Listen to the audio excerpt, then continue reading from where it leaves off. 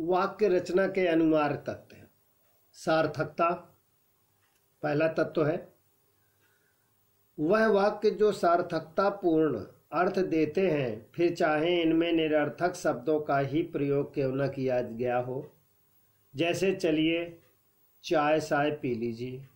योग्यता वाक्यों में प्रयुक्त शब्दों की संगति अच्छी होनी चाहिए ताकि वाक्यों में अर्थ प्रदान करने की क्षमता या योग्यता हो। जैसे बादल ने बच्चों को जन्म दिया, यह वाक्य गलत है एवं अनर्थपूर्ण है, जबकि माँ ने बच्चे को जन्म दिया वाक्य अर्थपूर्ण है। तीसरा है इच्छा या आकांक्षा। आकांक्षा वाक्य की पूर्णता में निहित होती है। जो वाक्य अर्थ देता है वाक्य की वक्ता की इच्छा को जागृत करता है। जैसे राम स्कूल गया। निकटता रुक रुक कर बोले जाने वाले शब्दों के अर्थ स्पष्ट नहीं होते, इसलिए बोलते हैं या लिखते समय शब्दों में निकटता होना परम आवश्यक है। जैसे शाहरुख खान अभिनेता है तथा शाहरुख खान एक प्रसिद्ध अभिनेता है। पदक्रम वाक्यों में शब्दों का सही पदक्रम ही सही अर्थ की पुष्टि करता है। जैसे कमला नहीं पाती लिख, यह गलत क्रम है, जबकि कमला लिख नहीं पाती है सही क्रम है। अनन्वय वाक्य में कर्ता कर्म क्रिया के लिंग वचन तथा कारक का परस्पर भेद आवश्यक है। जैसे राघव कल मेरे साथ मेला देखने गया।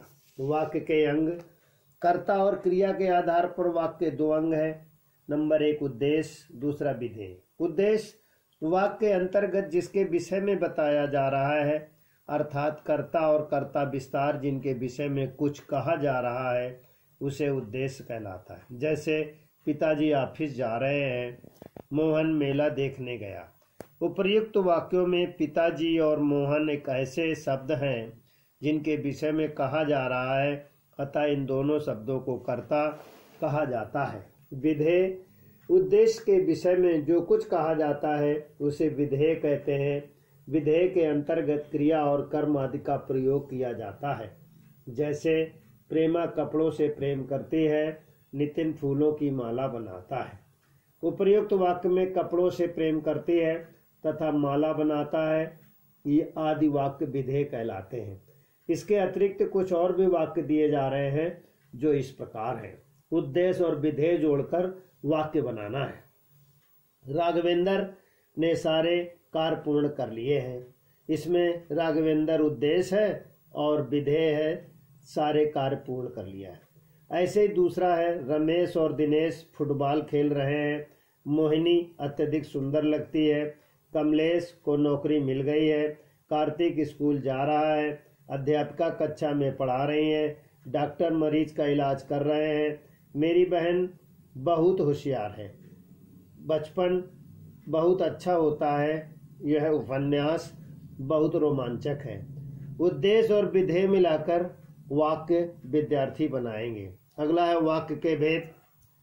वाक्य में मुख्यतः दो आधारों पर भेद किए जा सकते हैं। नंबर 1 वाक्य भेद अर्थ के आधार पर और रचना के आधार पर।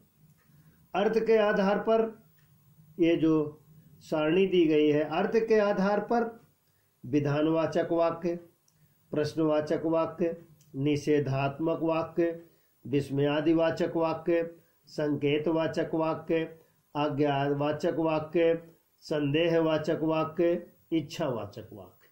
ये तो अर्थ के आधार पर हुआ। एक बार पुनः फिर से विधानवाचक, प्रश्नवाचक, निषेधावाचक, संकेतवाचक, विस्मयादिवाचक, संदेहवाचक, आज्ञावाचक और इच्छावाचक। रचना के आधार पर वाक्य 3 प्रकार के होते हैं। साधारण वाक्य, संयुक्त वाक्य, मिश्रित वाक्य। फिर से एक बार पुनः देख लीजिए। रचना के आधार पर वाक्य 3 प्रकार के होते हैं।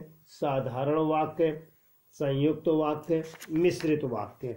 अब रचना के आधार पर जो वाक्य ये लिखे जाएंगे, साधारण वाक्य वह होता है इनके वाक्यों के अंतर्गत एक ही क्रिया का प्रयोग किया जाता है। इनमें केवल एक ही उद्देश्य और एक ही विधेय होता है। जैसे सुनील ने पपीते खरीदे, रमेश ने पतंग उड़ाई, सुबह बारिश हो रही है।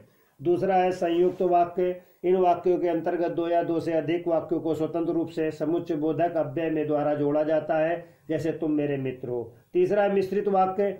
इन वाक्यों के अंतर्गत एक उपवाक्य प्रधान और अन्य उपवाक्य गौण होते हैं, जैसे तुम मेहनत करोगे तभी परीक्षा में पास होगे। विद्यार्थी पहले शब्द के आधार पर और रचना के आधार पर वाक्यों को पढ़ा था, अब केवल रचना के आधार पर ही है।